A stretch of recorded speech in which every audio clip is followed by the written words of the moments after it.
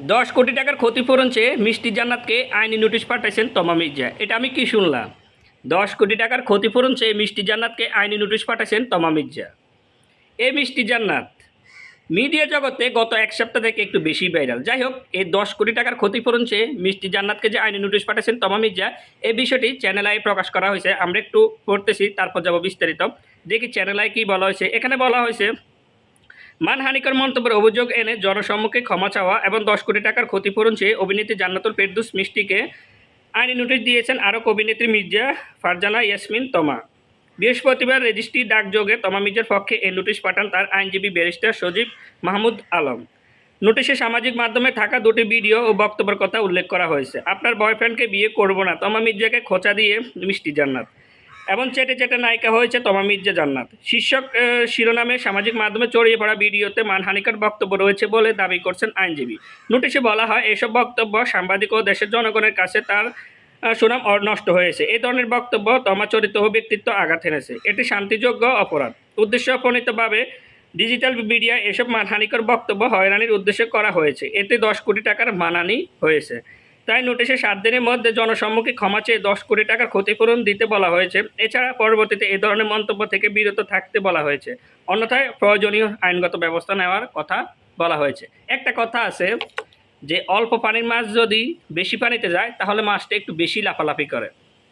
একটা কথা আছে না, অল্প পানিতে যে মাছটা থাকে সে মাছটা একটু সীমাবদ্ধ থাকে, যখন বেশি পানি পায় তখন সে একটু বেশি লাফালাফি করে। এই মিষ্টি জান্নাতকে আমি ব্যক্তিগতভাবে আগে চিনতাম না। বর্তমানে গত এক সপ্তাহ থেকে এই মিষ্টি জান্নাত একটু মিডিয়াতে বেশি ভাইরাল। সে নাকি শাকিব খানকে বিয়ে করতে চায়, শাকিব খানের 3 নম্বর বউ হতে চায়।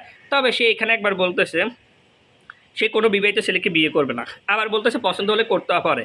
আবার বলতেছে শাকিব খানের সাথে তার যায় না। আবার বলতেছে শাকিব খানের ফ্যামিলির সাথে তার যায় না। আবার বলতেছে শাকিব খানের চেয়ে সে একটু বেশি শিক্ষিত। আবার বলতেছে শবনম ইসমিন বুবলির চেয়ে সে একটু বেশি শিক্ষিত। আবার বলতেছে মিমের সাথে শাকিব খানের কোন একটা ইয়া। আবার বলতেছে শারিয়ান নাজিম জয়কে সে পাইলে থাবড়াবে। আবার বলতেছে শারিয়ান নাজিম জয়কে পাইলে সে জুতা। মানে আবার বলতেছে তমা মির্জাকে নাকি কোনো নায়িকা, মানে একবার এক এক ধরনের কথা বলে সেটি মিডিয়াতে ভাইরাল হয়ে রয়েছে। যার কারণে তমা মির্জা এখন আইনিভাবে নোটিশ দিচ্ছে 10 কোটি টাকার মামলা করে। এখন আমি যখন এই মিষ্টি জান্নাত একটু বেশি লাফালাফি করতেছে, তখন আমি মনে মনে চিন্তা করলাম, যে ব্যক্তি একটু বেশি লাফালাফি করে সে ব্যক্তি আবার অল্পতেই একটু ধরা খেয়েছে। যার কারণে তমা মির্জা এখন মিষ্টি জান্নাতকে দিছে একটা ধরা। যার কারণে তমা মির্জা এখন 10 কোটি টাকার মামলা করে আইনি নোটিশ পাঠাইছেন। এখন কি করবেন? এখন বলছে জনসম্মুখে মাপছে তমা মির্জার 10 কোটি টাকা পরিশোধ করতে হবে। আর যদি পরবর্তীতে আবার কোনো তমা মির্জাকে ছোটো করে কথা বলা হয় তাহলে কিন্তু আবারও ব্যবস্থা নেওয়া হবে।